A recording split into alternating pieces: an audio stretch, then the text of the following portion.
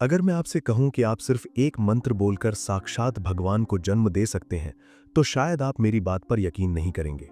लेकिन आज मैं आपके सामने एक ऐसा रहस्य खोलने जा रहा हूं जो आपके होश उड़ा देगा। मेरे पास 1944 की यानी लगभग 80 साल पुरानी एक ऐसी रहस्यमयी पेंटिंग है जो दूर से देखने पर हनुमान जी की एक साधारण तस्वीर लगती है। लेकिन जब आप इसके बिल्कुल करीब जाएंगे तो आपको इसमें कोई रंग या रेखाएं नहीं, बल्कि सिर्फ और सिर्फ मंत्र ही मंत्र दिखाई देंगे। हनुमान जी के नखों से लेकर उनकी पूंछ के बालों तक सब कुछ मंत्रों से बना है। और सबसे बड़ी और हैरान करने वाली बात, ये पेंटिंग अगर आपके घर की दीवार या फोन के वॉलपेपर पर हो तो ये सिर्फ दिखाई नहीं देती, बल्कि धीरे धीरे सुनाई भी पड़ने लगती है। आखिर एक तस्वीर कैसे बोल सकती है और कैसे एक इंसान भगवान को जन्म दे सकता है? अगले 5 मिनट आपकी सोच को पूरी तरह बदलने वाले हैं, इसलिए मेरे साथ अंत तक जुड़े रहिएगा। जब आप हनुमान चालीसा गाते हैं तो क्या आपकी कल्पना में अपने आप हनुमान जी का रूप बनने लगता है? या जब आप शिव तांडव स्तोत्र सुनते हैं तो क्या आपके अंदर भी एक अलग सी ऊर्जा नाचने नहीं लगती? इसी चीज को विज्ञान ने भी हमें एक प्रयोग के जरिए समझाया है। वैज्ञानिकों ने साइमैटिक्स नाम का एक प्रयोग किया। उन्होंने एक प्लेट पर थोड़ी मिट्टी डाली और उसके नीचे से अलग अलग आवाजें प्ले की। जैसे जैसे आवाज की फ्रीक्वेंसी बदलती गई, प्लेट पर रखी मिट्टी खुद ब खुद अलग अलग आकार लेने लगी।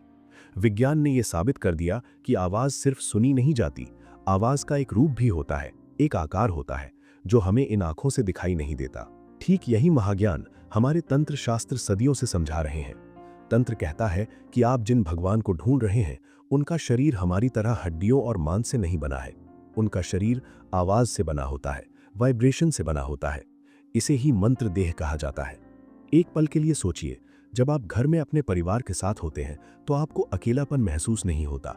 लेकिन जब सब चले जाते हैं, उस खालीपन में अगर आप कोई गाना गुनगुनाने लगे या खुद से बातें करने लगे तो आपका अकेलापन दूर हो जाता है।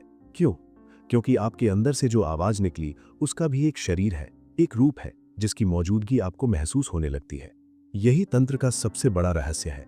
जब आप मंत्र बोलते हैं तो आप सिर्फ कुछ शब्द नहीं दोहरा रहे होते, बल्कि आप आवाज के जरिए एक असली शरीर तैयार कर रहे होते हैं। अलग अलग मंत्रों से भगवान के अलग अलग रूप तैयार होते हैं। जब आप अपनी नाभि से, जिसे परावाक कहते हैं, पूरे ध्यान के साथ मंत्र बोलते हैं तो आपकी चेतना में एक रूप बनता है और उसी रूप के अंदर साक्षात भगवान की ऊर्जा प्रवेश करती है। यही कारण है कि हमारे शास्त्रों में कहा गया है कि कभी भी चलते फिरते या बिना ध्यान के मंत्र जाप नहीं करना चाहिए। सोचिए, आपने मंत्र पढ़कर एक शरीर तो तैयार कर लिया, लेकिन अगर उस वक्त आपका ध्यान कहीं और है, आप जागरूक नहीं है, तो उस शरीर में भगवान की जगह कोई और ऊर्जा भी प्रवेश कर सकती है। क्या आपने कभी बड़े बड़े यज्ञ या पूजा में पुजारियों को न्यास करते देखा है? वो अलग अलग बीज मंत्रों को अपने शरीर के अलग अलग अंगों पर स्पर्श करते हैं। वो असल में मंत्रों का एक शरीर बना रहे होते हैं ताकि उसमें ईश्वर को आमंत्रित कर सके। अब वापस आते हैं उस रहस्यमयी 80 साल पुरानी पेंटिंग पर। उस कलाकार ने तंत्र के इस महाज्ञान को बहुत ही खूबसूरती से कागज पर उतार दिया था।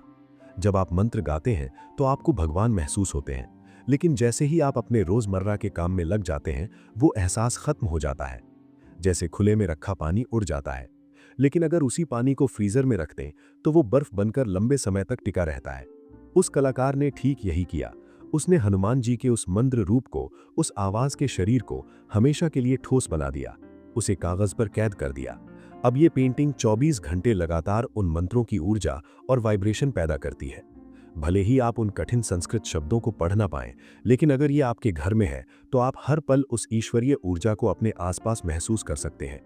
आप भी जब अगली बार कोई मंत्र पढ़ें तो याद रखें, आप सिर्फ बोल नहीं रहे हैं, आप साक्षात भगवान को जन्म दे रहे हैं।